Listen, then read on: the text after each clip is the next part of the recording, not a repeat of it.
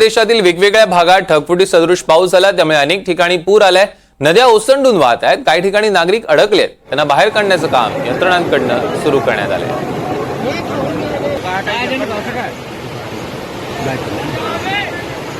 आपण बघू शकतो मुसळधार पावसामुळे जनजीवन विस्कळीत झालेलं आहे.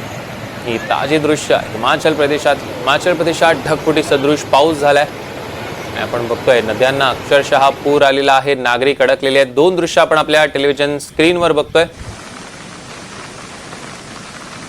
ढगफुटी सदृश पाऊस झाल्याने अनेक ठिकाणी पूर आलेला आहे. आपण पाण्याचा प्रवाह बघू शकतो. मोठ्या प्रमाणात हे पाण्याचा प्रवाह लोंढाच्या लोंढा वाहतोय. मोठ्या प्रमाणात पूर आलेला आहे. दोन दृश्य आपण बघतोय. नागरिक त्यामुळे बऱ्याच ठिकाणी अडकलेले आहेत. त्या ठिकाणी नागरिक अडकले आहेत. त्यांना बाहेर काढण्याचं काम देखील आता यंत्रणांकडून सुरू झालेलं आहे. हिमाचल प्रदेशात ढगफुटी सदृश पाऊस आपण दृश्यांमध्ये बघू शकतोय.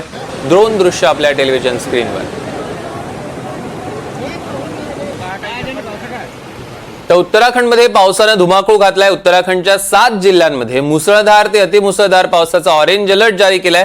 रुद्रप्रयाग जिल्ह्यातील अलकनंदाच्या पाण्याची पातळी वाढली आहे, त्यामुळे चिंता देखील वाढली आहे.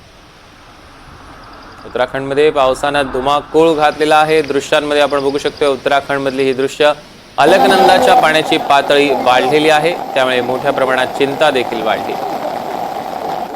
उत्तराखंडच्या 7 जिल्ह्यांमध्ये मुसळधार ते अतिमुसळधार पावसाचा ऑरेंज अलर्ट जारी करण्यात आलेला आहे.